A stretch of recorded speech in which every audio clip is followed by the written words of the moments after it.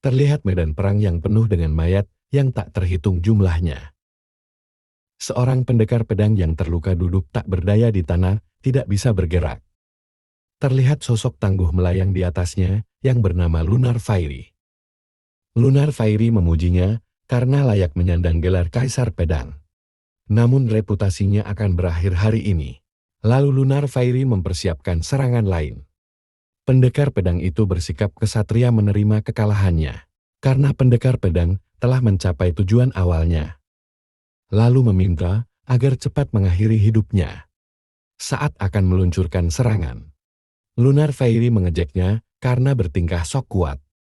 Tetapi seiring berjalannya waktu, Lunar Fairy menyadari bahwa serangannya telah dicegat oleh pendatang baru bernama Yun Murion, yang meminta maaf atas keterlambatannya dan berjanji untuk mengurus Lunar Fairy. Dia meluncurkan dirinya ke arah Lunar Fairy, yang tengah bertanya-tanya tentang identitasnya. Lalu terlihat jurus naga api yang dinamakan Nen Heaven Sword. 6 tahun kemudian, terlihat di kediaman Waryeong. Seorang anak dipukuli oleh seorang wanita. Dia mencaci makinya karena bertingkah lemah dan menyuruhnya segera bangun.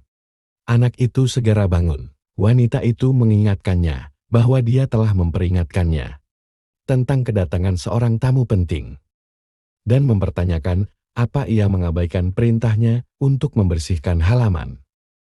Si wanita pun mempertanyakan apakah dia akan mengabaikan seandainya instruksi itu datang dari ibu kandungnya yang meninggalkannya. Anak itu menyangkalnya ia tak bermaksud begitu.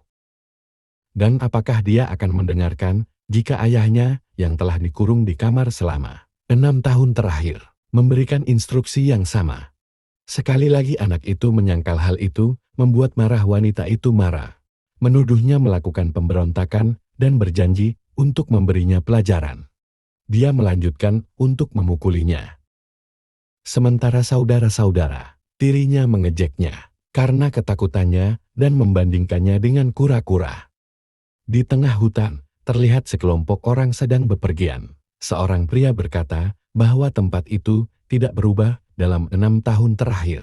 Anak-anaknya antusias menyadari mereka telah tiba dan akhirnya akan bertemu saudara laki-laki. Ayah mereka, pria itu tak lain adalah Sword Emperos. Istrinya bertanya mengapa mereka tidak dapat melihat Yum atau Nangongyeon.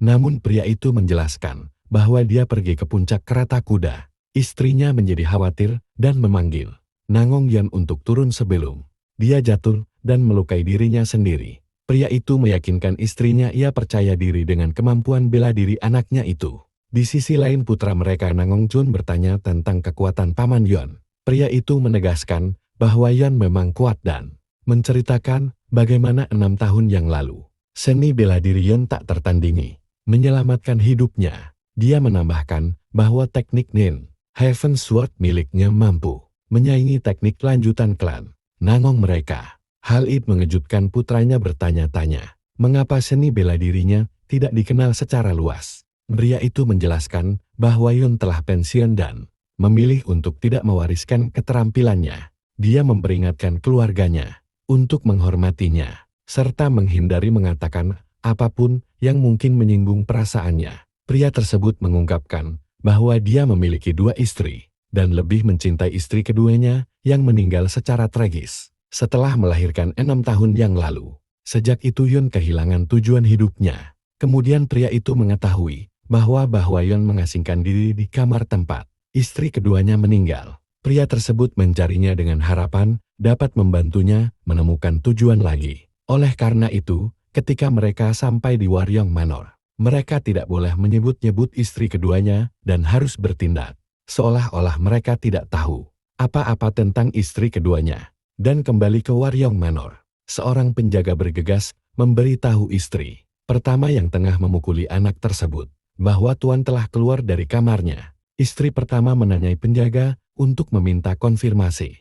Dia meyakinkannya bahwa tuan muncul segera setelah dia menerima kabar tentang Nangon. Klan tiba di desa dan sedang dalam perjalanan untuk menyambut mereka. Istri pertama mengambil sapu tangan untuk menyeka darah dari tangannya dan bertanya-tanya bagaimana pria itu bisa meninggalkan kamarnya Sekarang setelah mengabaikan darah dagingnya sendiri selama 6 tahun, tetapi sekarang bersusah payah menyambut saudara laki-laki sumpahnya. Dia menegur anak yang baru saja dia pukul dengan mengatakan kepadanya bahwa dia akhirnya akan bertemu ayahnya untuk pertama kalinya dan memperingatkannya untuk tidak muncul dalam keadaan acak-acakan. Anak laki-laki itu berjanji untuk tetap tidak terlihat.